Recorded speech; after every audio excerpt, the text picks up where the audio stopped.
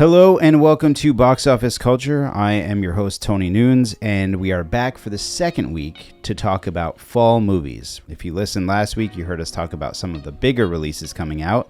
This week, we're talking about some of the more independent art house films and some pretty good Oscar contenders as well, many of which we're getting here at the United Theater. So if you're interested, stay tuned.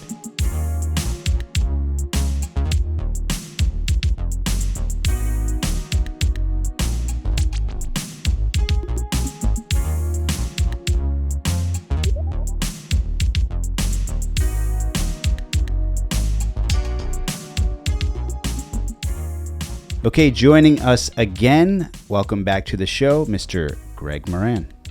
Hello, thanks for having me.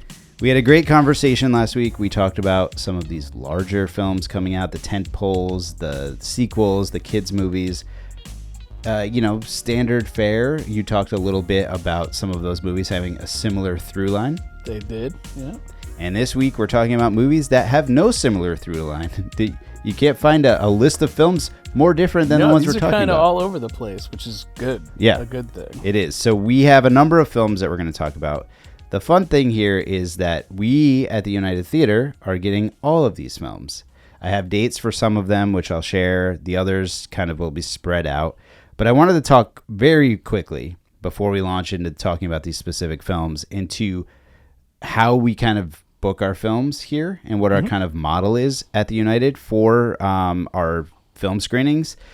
We have 3 movie theaters. We are a very unique place because we also do live events, tons of live events. And in doing that, sometimes our movie theaters get interrupted for these other types of events. So we have a third movie generally that can be interrupted. That we call that our calendar screen. These are movies that are technically second run. We're a small market here in Westerly. We're not getting these big first run art house films like New York and Boston and cities would. So we're getting them second run, but they're first run for this area. You'd be hard pressed to find a lot of these films, not all of them, but a lot of them anywhere else in this area. Right. They're new to you. They're new to you. Yeah. So we're getting them, a few weeks after their release. So the release dates that we're giving are not their release dates in bigger cities, but we're talking about when they're coming here. That's kind of how we run things, and we change these movies out typically 1 week at a time. So we always have a great new art house film every week opening, and that movie's usually here only for about a week now, and a lot of these are going to be that. So let's kick things off with a movie that we are opening here on the 25th of October. Perfect, just in time for Halloween, and that is The Substance. The Substance is a new body horror film that has garnered a lot of really interesting critical reviews. It stars Demi Moore, Margaret Qualley, Dennis Quaid. Demi Moore is supposed to be incredible in this film. I've not seen the film yet, though. The film did release wider than expected this week. It did. Unfortunately, that didn't help it out so much. I don't know what's going on with this week, that September doldrums that we kind of briefly talked about last week. But it's gotten incredible. I think this is going to be one of those ones that really, unfortunately, finds its life after. But that's why you should come out and see it while you can, because it's not going to be in theaters long. No, it's a body horror film. It's like what you'd see from Cronenberg. I'm not going to compare it to Cronenberg really because we haven't seen this movie yet, but right. Cronenberg's known for body. It actually reminded me, watching the trailer, it reminded me a lot of Cronenberg's original Crimes of the Future. I don't know if you're familiar with that one. It kind of... I've seen Crimes of the Future. Well, no, not the one from a couple of years ago. No. There was one that he did in like the 70s. It was like more of like almost like a student thing. But it was a lot more about whereas the Crimes of the Future that most people are used to, the one with Viggo, is more about the science of it all. The original one is all about your tying your identity to your looks and things like that. Which is what this movie. I mean, this movie is essentially about an actor or an actress, Demi Moore, who is aging, and then she finds basically this substance that de-ages you temporarily, See, I think it's deeper than that even. Yeah. And I'm super excited about this one. It's supposed to be creepy, like disgustingly weird in the best possible ways. Mm-hmm. Well, that's the thing that I love, because I'm not the biggest horror guy. A lot of times there's just not enough, like, oh, that was a cool kill, great, moving on. But for some reason, these Cronenberg-esque, whenever it's body horror, why does body horror always want to go deeper and have these, thoughts of identity thing, especially you go to the best Cronenberg one. Like I loved Crimes of the Future. Yeah. I mean, my favorite one is probably Videodrome. Videodrome is the best. Yeah. Existenz was actually really good too. Mm-hmm. Similar themes as well to this.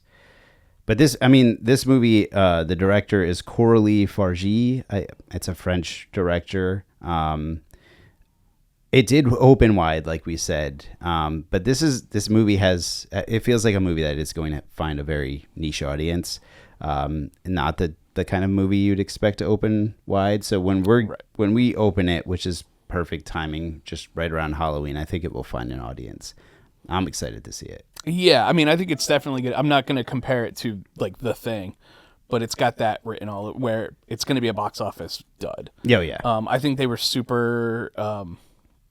They had a real positive momentum coming out of these festivals where it was getting almost unanimous, like great reviews. So they're like, yeah, let's open it wide. Yeah. And then you find out why maybe that's, it's like midnight movie fair. Any midnight movie fair does not fare well at the box office generally. Right. All right. So now we're going to jump to our next film. And like I said, these films are so different. Each one of these films.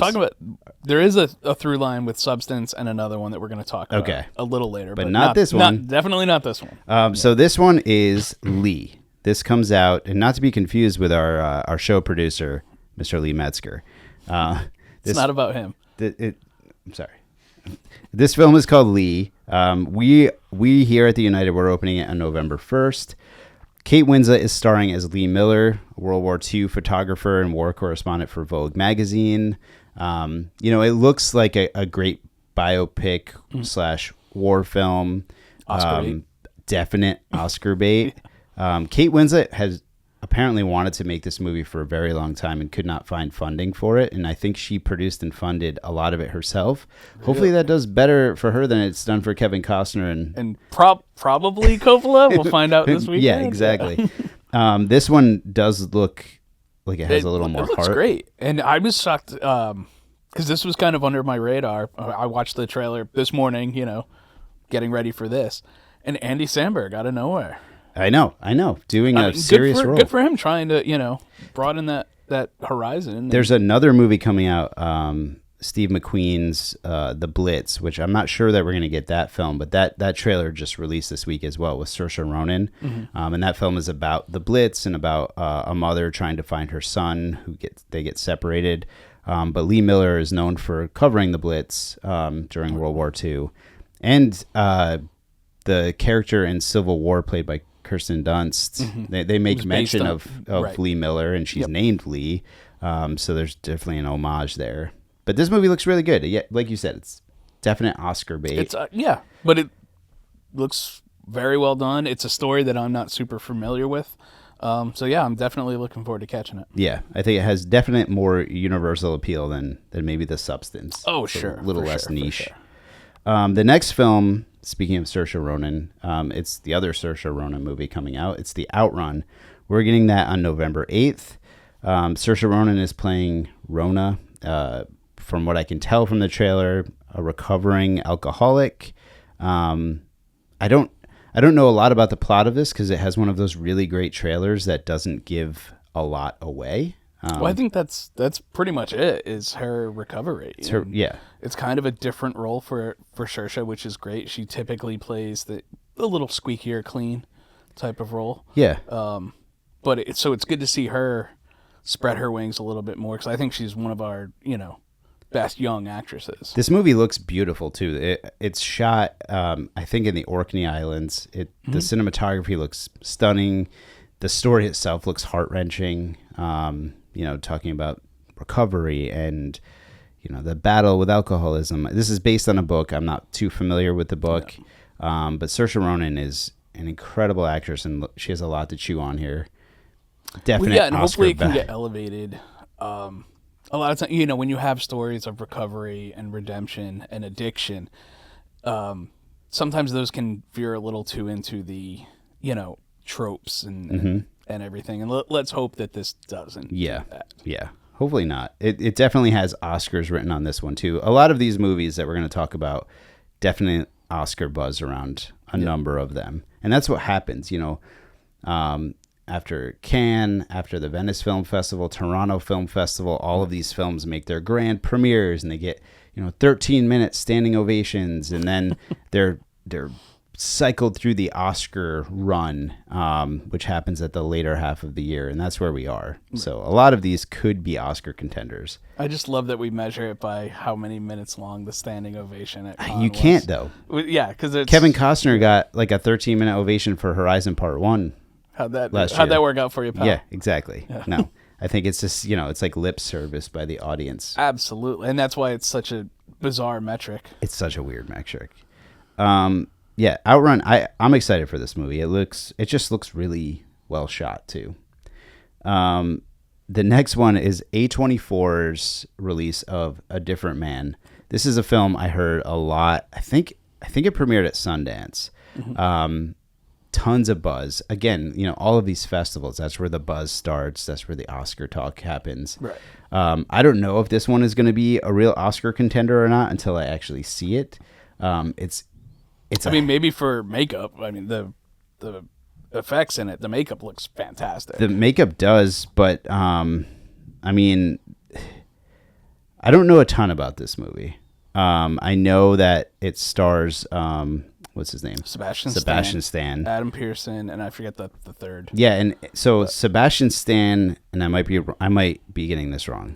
Sebastian Stan's character plays somebody with, and I have to look up the name of this because he's got some sort of disease that makes his face tumors, misshapen, tumor filled, some real Elephant Man type stuff going on here. Yeah, and he goes through a process where it heals him, and it turns out underneath this Elephant Man looking guy, there's Sebastian Stan. Yes. So this is the one I was talking about, where there is a bit of a through line where it's about how your physical appearance translates into your persona. Yeah. And how integral it is. How we can talk all we want about positivity and it's what's inside that counts. But that's not necessarily the case, and even from an internal point of view. Well, Adam Pearson, the other actor in this, actually has the ailment, and he. Maybe they're not getting the makeup Oscar then. I don't know. Well, Sebastian Stan must have. You must see Sebastian Stan in the makeup before undergoing it, but then Adam Pearson still has the ailment, his character, and I think, from what I can get from the trailer, that Adam Pearson's character is an actor who's playing Sebastian Stan's character before it's kind of like this layered, interesting story about identity. And it's how we internalize our physical appearance. Yeah. And some people are totally fine with the way they look, regardless of how it is. And some people, you can have the most beautiful person in the world not see that when they look in the mirror. And I think that's where this one is going. And I think it's, especially in this Instagram digital age of ours, where we're putting so much of ourselves out there in a public way. I think this one, of all the ones we have on this list, it may not be my favorite, but it's the one that I think is going to resonate like really deeply with some people. It looks really unique, and the story looks really structured in a way that is challenging norms. Just Adam Pearson himself, the actor, in this kind of role is interesting. It's going to be really layered. I can't tell if it's a drama, a comedy, a dark comedy. I don't know. Yeah, I mean, it strikes me, drama with elements of dark comedy.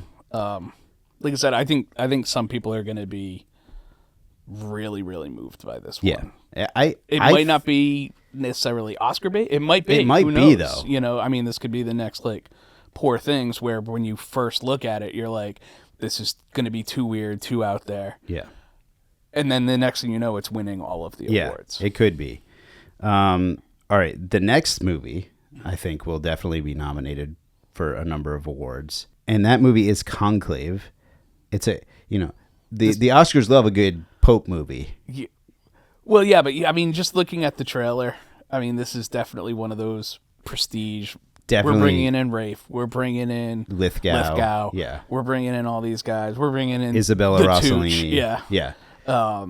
This has got Oscar bait written all over it. I think it might be one of those ones where they think it's Oscar bait material, and then it comes out, and it's like, that was good. Yeah. It's not. There's this great Italian film that came out maybe like 10 years ago. It was called We Need a Pope, and it was a comedy, and it was about the conclave. It happened, just before Benedict became Pope, I think. And it's about a conclave, and they choose this Pope, and the guy just does not want to do it. He's like, I don't want to do it. And he disappears from the Vatican, and he's just going around. Deuces. It's a really funny movie. This one does not look funny at all. It looks like a real thriller. Well, that's what I was surprised. I thought it was going to be more like heady and about, what happens at a conclave and be really, dour. Yeah. And more about the Catholic Church. And I was like, oh, this is kind of like a spunky whodunit. It's got like some political thriller vibes. Absolutely, going on. yeah. It looks. It is political at that so level. Political. At that level, it's so political. It looks really good though. When I read the synopsis before I ever saw a trailer, I was like, it's one of those movies that they seem to make these kinds of movies a lot. Yeah. It doesn't feel that way though. When I watched the trailer, I was like, oh, this could actually be something. Mm-hmm. I think the Pope that has died, or the Pope that they are choosing, one of them has like skeletons in their closet, as popes do. Well, and also there's a little thing where it's like, it's not just about them bringing in the next one and the politics beyond that. It sounds like there's a little bit of a, was this natural circumstances? Yeah. Or is somebody making a play? And like the politicizing of the vote, it's like a little internal campaign in the Vatican. Absolutely. I imagine. It's kind of like a high school, election. It's the religious NFL draft. So that one's coming out. Now we're in the mode where I don't know when we're going to get these movies, but sometime between now and the end of the year, probably November for that one. The next one is, and I don't know a lot about this movie. It looks cute and charming. It's We Live in Time. To go back to Saoirse Ronan again, the director of this film directed my favorite Saoirse Ronan movie. She is not in this movie we're talking about, but he directed Brooklyn, which is an incredible film. It was a lot better than I thought it was going to be. I was like, this is like a period piece that looks incredibly boring. A period piece rom-com. Yeah. Awesome. Yeah. And then they, I watched it because of Ronan. Like I said, she's one of my favorite up-and-comers. Or can you even call her that anymore? And it was really like, how they have elevated horror? Yeah. Quote, unquote. If you're listening, I'm making air quotes. This was like elevated rom-com. It was really good, really funny. This looks like the same tone too. Absolutely. And if you just gave me a synopsis of this, I'd be like, I've seen it before. I don't care about it. Yeah. But then you tell me he's involved, the producers of Brooklyn, the makers. Florence Pugh and Andrew Garfield. I'm like, oh, okay, I guess I'm going to watch it then. Yeah, both of those actors are incredibly charming. Florence just did this movie that Zach Braff directed, though, which felt like a similar kind of tone. So, and that was not a very good movie. And that's when they were together. Who was she with Zach Braff? With Zach Braff, I didn't know that. This movie doesn't feel incredibly like that, but it definitely has some vibes of like, I don't know what the story is, but it felt like an early 90s. Oh, really? Because, if I watched the trailer, and it's like, oh, okay, there we go. It's a meet-cute movie. Well, it's also, she's dying. Yeah. I thought she was dying in the other Zach Braff movie, but these movies all probably. Because this is the one that she kind of, it's becoming a famous story now that she shaved her head for real. Okay, all right. And she took a little break. She's taking a little break. Especially because pretty soon she's going to have to start promoting Thunderbolts, which is exhausting. Yes. So. It looks enjoy your vacation flow. right. This looks good. I mean, I don't think this will be an Oscar buzz movie at all, but I don't. I mean, maybe if it's a light year, maybe some of the acting stuff, I could see them getting rave reviews. But it's going to be like Brooklyn, which is it's a good movie, kind of flies under the radar. People aren't out there teaching college courses on Brooklyn. No, not yet. But they're teaching them on Taylor Swift, so it's only a matter of time. It's just a decent movie, better than it probably has any right to be with the kind of it seems like it has a pretty generic plot line. Yeah, and it'll have a heart. We know that the director knows how to do these kinds of films, so it might be fun. Yeah. The next movie is of every movie on this list. I think the next movie has the most Oscar buzz that I've seen, which is shocking to me because Sean Baker, who directed this film, I thought you were skipping over one. I am not skipping over this. This movie has if you look at the Oscar odds that they put out on Variety and stuff like that, this one is creeping up the list quickly. This movie is Anora. Sean Baker, if you don't know Sean Baker, he directed Tangerine, which was an amazing film shot on an iPhone. But he's most well known probably for the Florida Project, which is starring William Dafoe. Red Rocket as well. Which this one looks more Red Rocket than it does Florida Project. Or Tangerine. Yeah. Florida Project is my favorite of the things that he's done. He's really good at making these really intense, dramatic films about people under really horrible circumstances. Right. And they feel so visceral and real. This one is about a Russian oligarch who kind of starts a relationship with, I think she's a stripper. She might be a prostitute. She's a dancer. I don't know.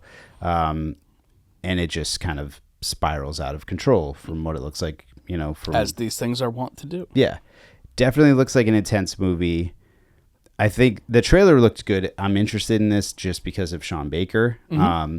There must be a lot more than we're not seeing on the trailers because the Oscar buzz. If it's that high on the Oscar list, there's got to be. Because the trailer, like I said, it looks like, oh, cool. I want to see this. Yeah. It looks like a lot of fun. It doesn't look wholly unique to me. Right. But there's got to be something else to it. But that movie's Anora. Not sure when we're going to get that movie. Another one that got a lot of buzz out of Sundance this year is A Real Pain.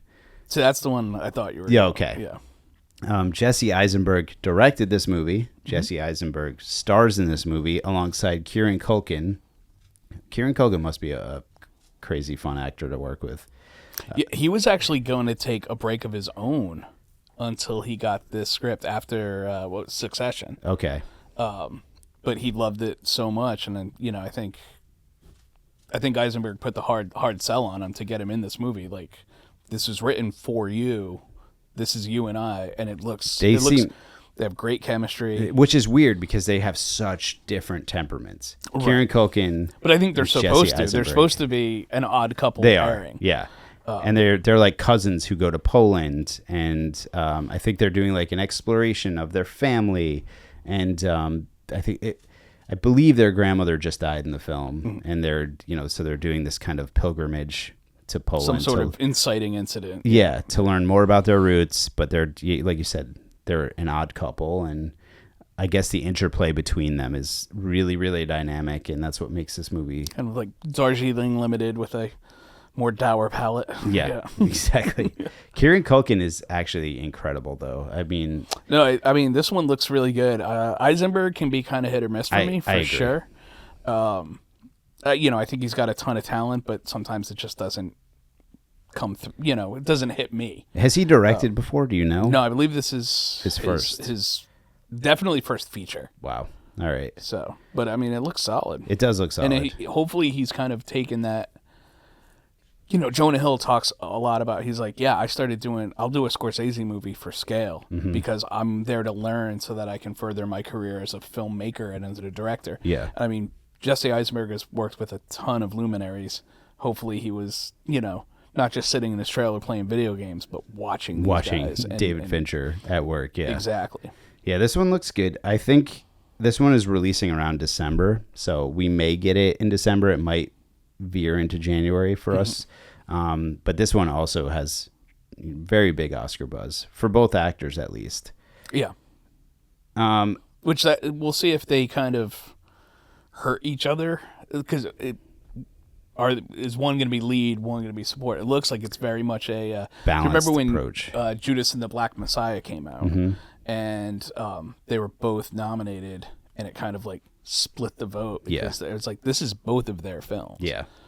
So we'll see. We'll see how it goes as far as award season. Yeah, it does look like they're both carrying equal weight in this film, though. Yeah, it's almost like it kind of reminded me of a much more narrative version of the Trip movies, if you're familiar with those.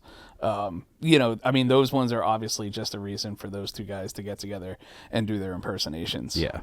Particularly of Michael Caine. Whereas this one is actually telling a legitimate story. But it did have that kind of really fun interaction.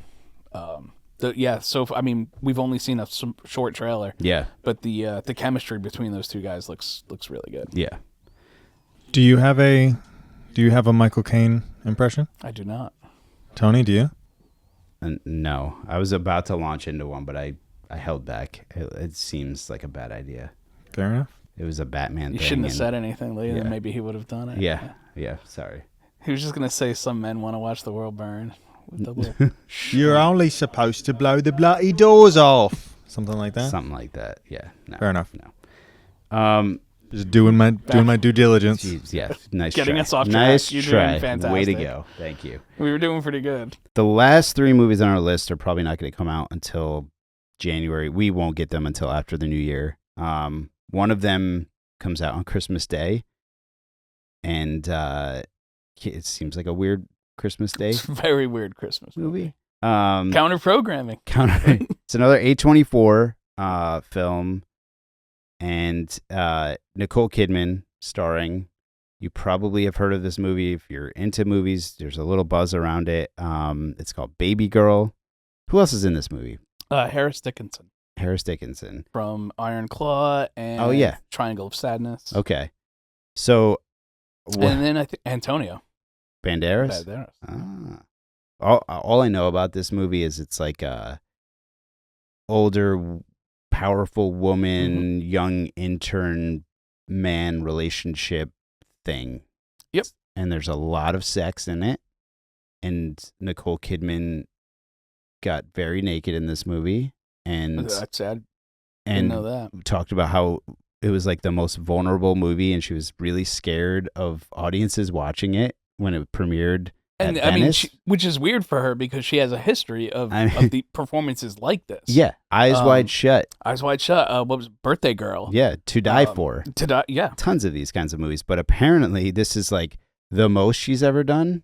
Well, I think it's because it might be because in those other movies, well, actually not Birthday Girl, but the other two, she was playing more of a vamp, more of a dominant type of character, and this one is closer to Birthday Girl, just taken even further. And there is a lot of I think there's it's a quote unquote erotic thriller, but there's going to be a ton of gender politics stuff. Oh yeah, age politics stuff. I mean, this could shape up. It's either going to be essentially a late night movie, or it's going to be like, oh wow, talking about people being able to elevate things. Yeah. From what we've heard, which is very little about this movie, I mean, I watched... Yeah, there's almost nothing. No, I watched the interview with Nicole Kidman talking about how vulnerable she felt with audiences watching it and being with those audiences, but outside of that, not a lot. And then A24 bought the movie, and they said, we're going to release this on Christmas Day. Yeah.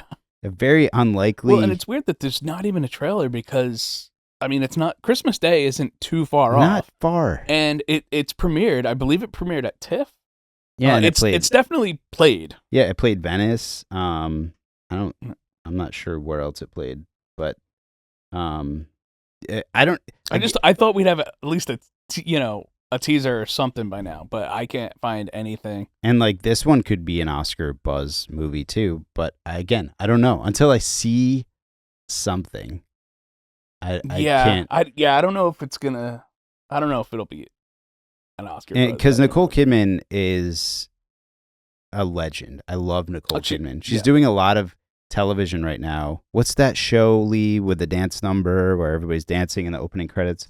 The Perfect Couple. Perfect Couple. So that show is out right now. Peacemaker. I didn't remember her in that. She's in another show with Zoe Saldana too. She's doing a lot of TV lately. You know, Big Little Lies. She did that really. I think she's an underrated actress too. It's not like she's had a great career. She's well respected, but when she's at the top of her game, she's at the top of the game. Yeah, and she never seemed to get that respect. Maybe it's because of how gorgeous she is, but that like a Meryl Streep or a Glenn Close ever got. No, and I mean, God. Or even today, like Kate Winslet, Kate Blanchett, you know, Julianne Moore. Yeah. Like nobody has ever put her. I feel like she's never gotten into that category. And she's played varied roles, like Right. such varied roles. Yeah, I don't know. I mean, I can't say much about this movie. I know the initial buzz that came out of the festival circuit was like, this movie is very full of sex and nudity, Right. and Nicole Kidman like you've never seen her, and I was like, I've seen a lot of variations of Nicole Kidman, so I'm curious. That Right. could just be the marketing, though. Oh, absolutely. But that movie, like I said, coming out Christmas Day, not here, Not here. not here. The next couple of movies, there's Y2K, another A24 At film. least it has a trailer. This one has a trailer. You should watch this trailer because it's a lot of fun. Kyle Mooney directed this Wrote and movie. directed. Yep. Kyle Mooney is hilarious. He knows exactly what he's doing. This movie is basically like it's almost like a creature horror comedy film, where Y2K actually happens, and the technology of 1999, think back to what the technology of 1999 was, goes on the attack and just starts. You have like VCRs attacking people and Tamagotchis. Yes. Yeah. This movie just looks fun. It's a really fun take on Y2K. But it just, I don't know, if it has like Gremlin vibes in the best possible way. Gremlin by way of like Maximum Overdrive. Yeah. I'm super excited for this movie. Oh my God. Kyle Mooney. I understand when people are like, I don't really get his shtick. That's fair. I love him. Kyle Mooney did Bigsby Bear, right? He did. Bigsby Bear is... He was on SNL for a handful of years and was woefully underused, but also, like, they would always let him get a sketch, like a weird sketch in, like 10 minutes before one. Really weird sketches, too, I remember. He got a couple of... And then he had a show on Netflix called Saturday Morning All-Stars or something like that was all about that kind of Saturday morning thing. You've seen Bigsby Bear, though? Oh, yeah. Yeah. You're like one of the few people I've talked to who has seen Bigsby Bear. Yeah, it was great. It's so good. It's so weird. It's Mark Hamill is in it. Yep. The fact that movie even got made blows my mind. Absolutely. Yeah. I'm not going to say what this movie's about, but if you like funny, weird it's been movies, out for like 10 years. I think we can spoil it. But people should watch it. Yeah. I think you should go into that movie and not know anything if you about want it. an even weirder, like Truman Show type of deal. Yeah. Oh, God. Have you seen Bigsby Bear, Lee? Big alt comedy guy, Lee. No. Oh, man. Small alt comedy guy, Lee. No, hey, come on. At least medium size. Medium size. Watch Bigsby Bear. He watches the improv like on YouTube. He's not a cinema guy. Watch Bigsby Bear. We're gonna come back on the show. We're gonna talk about Bigsby Bear. We're just gonna do a deep We're dive. gonna do a into deep Bigsby dive into Bear. Bigsby Bear. Yeah. We're gonna open a fan zine on Bigsby Bear. Sure. Yeah. Yeah. All right. No, I'm watch in. it though. Write the United for the physical copy. So Y2K, of all the movies we talked about last week and this week, is one of the ones I'm most excited about coming out this fall. Yeah, so I just hope people don't go in with like, you have to know what you're getting into with Kyle Mooney. Like, yes, it's going to be a horror, but there's also he's going to have his sensibility, and it looks. I mean, the trailer looks great. It's just fun. It's fun, and it has the kid. I can't remember his name from Hunt, the Wilder People movie. Yep. It's just a good cast. I read the cast, and one of the cast members, it was Fred Durst as himself. Wasn't too excited about that one, but it's 1999, and imagine Limp Bizkit in 1999, and God help us all. Well, Scott Stapp is getting work as Frank Sinatra. Yes, Scott Stapp is. Fred Durst did make a good movie. He did. The Education of Charlie Banks. It was a good movie. Legitimately good movie. Yeah, and he's I don't know how he did it. He's putting Corey Feldman to work these days. Somebody's got to. God bless him. Yeah. All right, the last movie, and I don't know if this is actually going to hit theaters between now and the end of the year. It could hit after, is The Room Next Door.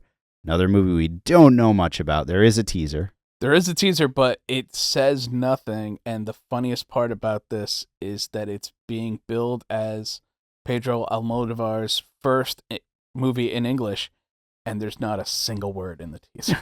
So we can't tell. It's like a silent film. But it's Tilda Swinton, Julianne Moore, who we just talked about, and Pedro Almodovar.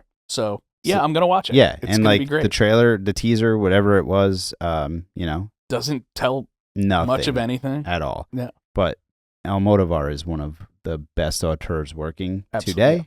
today. So with that cast, definitely there for it. And then we'll end our list here, but there's another big movie coming out in January, which we will talk about in a future episode, from who I think is the best working auteur today. Just going to leave you with that little nugget. But yeah, of all these movies, 4:30 by Kevin Smith. That's right. Hey, that movie looked actually right. No, I really want to see that one. Yeah. All right, on this list, Greg, Mm-hmm. what is the movie that you are most excited about? Oh, Putting you on the spot. honestly, probably Baby Girl. Baby Girl, Yeah, even though you know nothing about it. I know enough. No, either that or Different Man. I think a Different Man. I think a Different Man is going to resonate with me. Okay. In a lot of ways too. Yeah. So I think it's a very interesting topic, and I think that they're going to really do their best to delve into, how looks and personality and persona and public versus private. Yeah. It's a really unique on this list. I mean, a lot of these movies are unique, but that one feels really kind of more unique than most. Yeah. It's not super tropey. Y2K is the one I'm most excited about. I just looks like a good time. I think it's going to be the most fun. It's going to be the most sure. fun. Yeah. I mean, a lot of these other ones, these aren't necessarily the feel-good movies of the fall. You're not going to walk out of there on Christmas Day or Thanksgiving being like, I love them. I feel warm inside. You're not going to go see The Substance and go to like, I was going to name a makeup store. I can't think of one. Substance store. What's a good makeup store, Lee? Sephora. Ulta. Thank you. I knew you would know all of these. It's just two. It's just That's good. Just two. You knew them both. That's more than I knew. So. Fair enough. All right. Well, you can get makeup at any CVS. Yeah. Any pharmacies. Target. Thank you. Okay. So I mean, this is a good list. The list we talked about last week is a great list as well. For me, fall movies I love summer movies. It's when you get the blockbusters and all of that. But fall movie is where the weight really is. That's where the best films are coming. Again, it's that stupid Oscar kind of lane that they're trying to get into. That's the best time to release to get real Oscar buzz. But we'll talk. We'll do an Oscar show. And it's you get these indie ones. Like last week we talked about a few that's like, yeah, we're getting it. It's big. Yeah. Are we super excited about it? This one, before we hit record, I was like, there's not a movie on here that I wouldn't see. No, the majority of these movies, this is where you're getting, this is like the cinephile list. This is where you're getting the films made by people who are making films because they are competent at making films. They love making films, not because they're just doing it for money, which some of the movies we talked about last week, they're big franchises. These are not. Yeah. The Substance is not going to become a franchise. Mufasa's a little bit of a cash grab, I think. Maybe. Yeah, Mufasa is a definite cash grab. Yeah.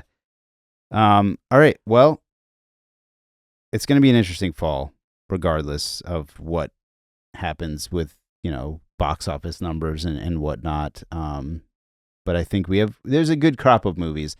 There's a lot that we're going to learn about even in the next few weeks that are coming out that we can get excited about. Baby Girl and Room Next Door will have trailers. A little, yeah. Yeah. The majority of what we talked about today, though, the trailers you can find out there on YouTube. And like I said, we are getting all of these movies. So stay tuned to the United Theater website, to our social medias, and you can find out when we are getting those films. And if you're interested in learning more about films and the films in particular that we're getting definitely make sure you join our newsletter because it's a great resource. All shows and showtimes are subject to change. Thank you. All right, Greg, thank you for joining me again. We will be pleasure. back. We're going to put together this Bigsby Bear episode. We're going to do this. I'm in. Deep dive. All right. Thank you all for listening. Peace.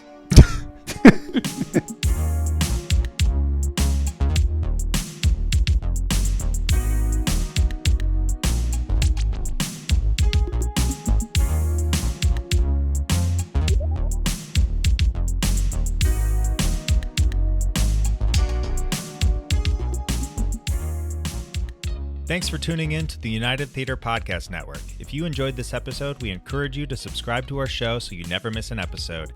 And if you could take a moment to leave a review, we'd greatly appreciate it. Your feedback helps us create content that you love. So hit that subscribe button and leave us a review, and we'll see you on the next episode.